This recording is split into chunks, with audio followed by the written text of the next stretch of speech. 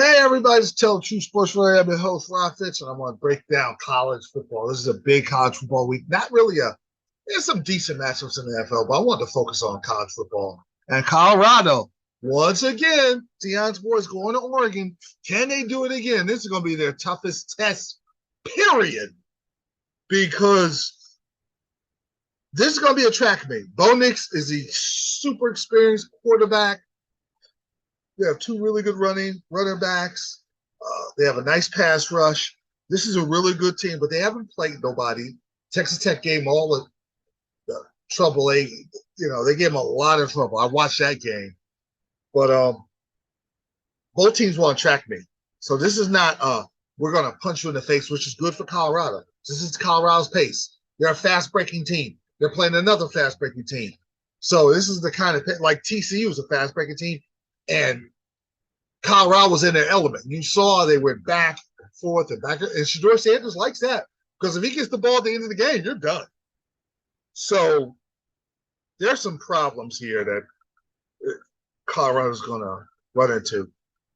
I'll be rooting for Colorado, but I got a lot of concerns about this game. First of all, they're 188 in points against a game. And they're 253rd in stopping the run. So that is not good. And, Oregon has those two running backs that are really good.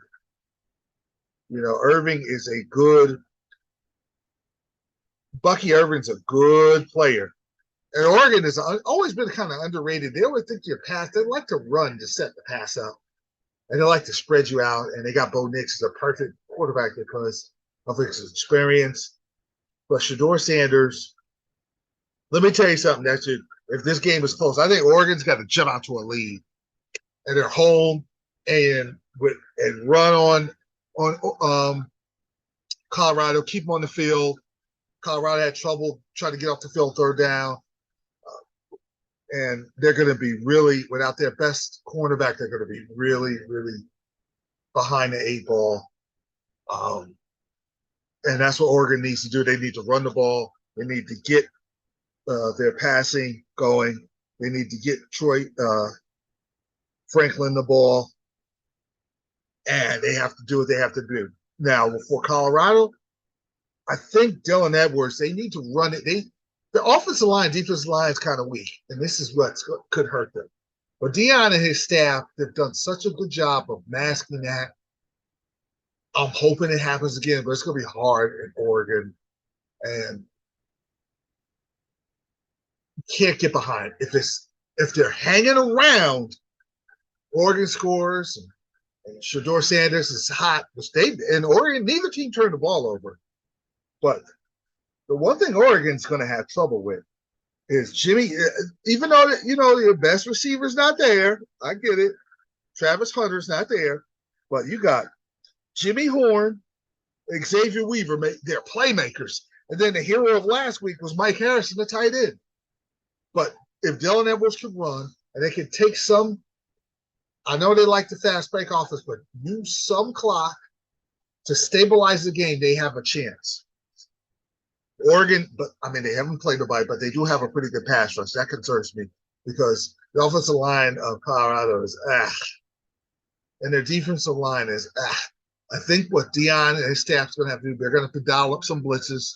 They have to take some chances in the back end, and Sanders going to have to, his son's going to have to make a play or two, maybe create a turnover and try to just figure out a way. On defense, they might have to kind of gimmick their way to get to the fourth quarter. Get to the fourth quarter. Shedeur Sanders in the second half of all three games has averaged 200 yards passing, 80% completion rate. So that's their guy. Just get the ball to my meal ticket. Even though we're not better than Oregon, at the end of the game, I got that guy named Sanders. We're going to give it to him. That's the only hope. I do believe. Gosh, I hope I'm wrong because I want Colorado to win, which sets up Colorado, and I need USC to win. and be undefeated, and Colorado be undefeated, and then have that matchup in Colorado.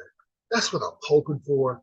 But even if they do lose, if they are competitive, it still be an exciting game, Colorado USC. But because it would be such great theater if they could somehow steal. They're gonna have to steal this game in Eugene, Oregon. Especially with Travis Hunter, it'd be hard. Without Travis Hunter, it's gonna be really hard because you lost your playmaking corner, and Bo Nix knows that. Another thing, Deon and staff, they're gonna have to figure out how to deal with the crossing routes. They got annihilated by crossing routes by Colorado State, and Colorado State kept running crossing routes over and over and over. But I like Oregon. I hope I'm wrong. I hope when I do this next podcast, Colorado wins and I'm happy. But my head is called Tell the Shoe Sports Radio. My head is telling me that Oregon is definitely going to win this game. All right, the rest of college football: Notre Dame, Ohio State. There's a blueprint for Notre Dame to beat Ohio State. They haven't beat Ohio State since the 50s or 40s. I got to do my research on that because it's been a while. Every time I've seen Ohio State go up against Notre Dame, they beat them up, and it's been pretty easy. It's just been a complete mismatch every time. But this is different. This is going to be a lot closer. They're in South Bend this game. They can't turn the ball over. Now, Notre Dame has some good cornerbacks. Ben Morris is one of the best cornerbacks in the country. You're going up against wide receiver university. Their depth is scary. Abuki on the slot, and of course Marvin Harrison Jr. You're going to have Marvin Harrison Jr. versus Ben Morrison. Look at that matchup. That's going to tell you who's going to win the game right there. If Morrison has decent success, they got a chance.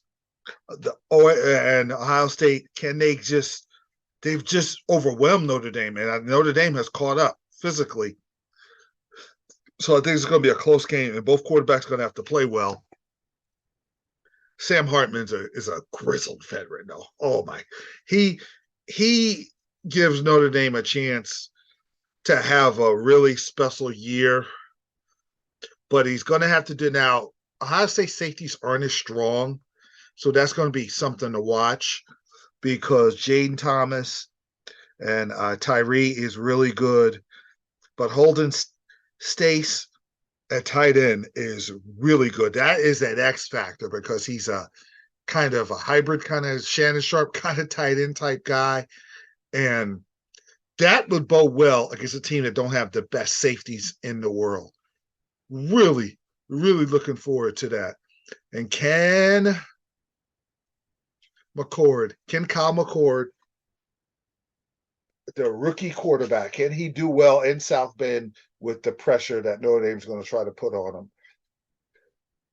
Travion Henderson's got to have a good game for both. I think both teams want to keep their defenses honest by running. But Audric Estime has got to have a good game for Notre Dame. Estime has got to have a good game because you can kind of punch Ohio State in the face.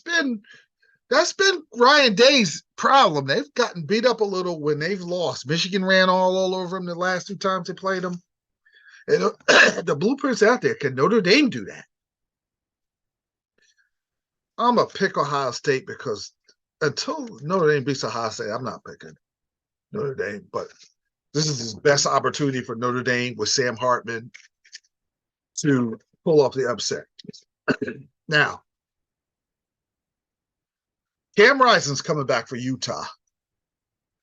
And that's going to be big at home against UCLA. UCLA didn't just beat Utah last year. I watched that game. They gave him a physical beating. And Chip Kelly, this is the most physical Chip Kelly team they've had. They had a really good defense. Deontay Moore, let's see how good he is. He's a good quarterback. Very good quarterback for a youngster. This is freshman year. But he's going to Utah. Utah wants revenge. Cam Rising's, from what I'm hearing, he's going to return. Both teams like to run. Their defense, UCLA's defense, something's got to give. UCLA's defense gives up 2 yards per carry. That's it. But it's early. I like Utah. I like Cam Rising making enough plays to take care of the UCLA Bruins. Both teams are going to be in the mix as far as winning the Pac-12. Pac-12 is something serious. You got Washington State, that's good. You guys really the Pac a third of the Pac-12 teams are in the top 25. That's as good as you get right there.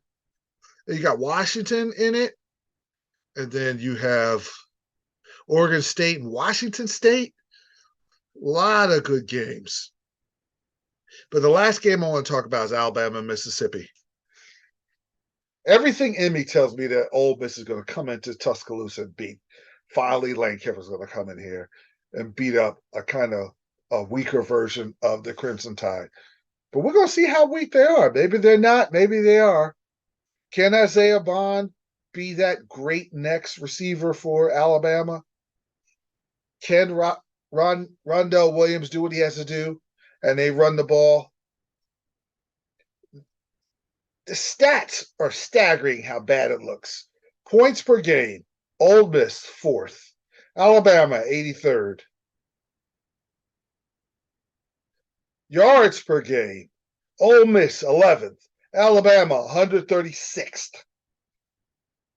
Passing yards per game, Ole Miss 10th, Alabama 168. This is sad. And at the bottom, both at the bottom, and they're not Alabama 93rd in the nation in rushing, and Ole Miss is 79th. And I think what's going to give Alabama a chance, they don't have to deal with a power runner and a good receiver, which sometimes gives Alabama trouble where you have to honor the run and then you play against a good passer. But Dart is a good passer. But Dart's a leading rusher. I don't think that works against Alabama. I think Alabama, Jalen Milroe makes enough plays because they're going to be extra motivated. They treated last week like a loss. So they're going to be motivated to play better, even though they won against South Florida. I just think that at home, if this was an Ole Miss, I'd pick Ole Miss. At home, Alabama's going to figure out a way to get the W because I don't sleep on Nick Saban, but everything in me tells me that Ole Miss should win this game. And I would not be surprised if Ole Miss wins this game. I look at the stats, and I'm like, well, you know what? I picked Alabama with my heart. I should have went with Ole Miss, but I'm going with the Tide on this one.